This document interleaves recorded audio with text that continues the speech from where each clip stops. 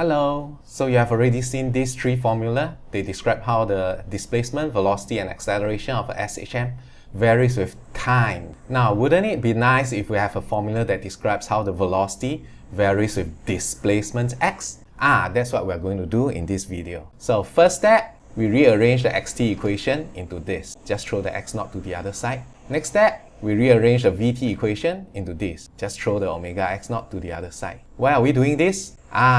Do you remember that sine square plus cosine square is equals to 1? That means we can write sine square omega t plus cos square omega t to be equals to 1. So sub in the expressions, we get this. Now people who are very good in math, they will recognize straight away that this is the formula for an ellipse. So the Vx graph has an elliptical shape. And the x-intercepts are plus minus x0. So plus minus x0. And the v-intercepts will be plus minus omega x0. Plus minus omega x0. Now usually we'll rearrange this equation into this form. So with a plus minus sign here. And this highlights the fact that for every displacement, there are two possible values for v.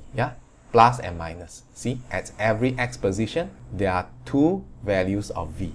The positive and the negative. This equation also shows very clearly when we are going to get our maximum speed. So it happens when x is 0. So at the equilibrium positions, v is equals to plus minus omega x0. So at the equilibrium position, at x equals to 0, you've got the two possible maximum velocities, plus and minus omega x0. This equation also tells us very clearly when v is going to be 0. That's when x equals to x0. So at the extreme positions, v is equals to 0. Now the Vx equation has no time information in it, right?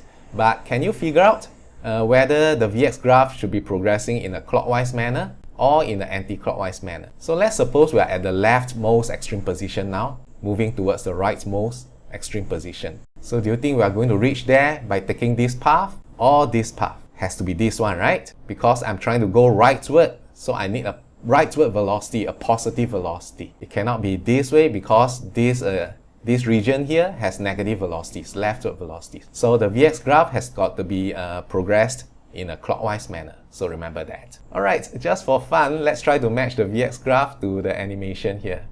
So maximum rightward velocity, v is equals to 0. Maximum leftward velocity, v is equals to 0. Maximum rightward velocity, v is equals to 0, and so on. So going from extreme position to equilibrium position, extreme position, equilibrium position, extreme position, and so on.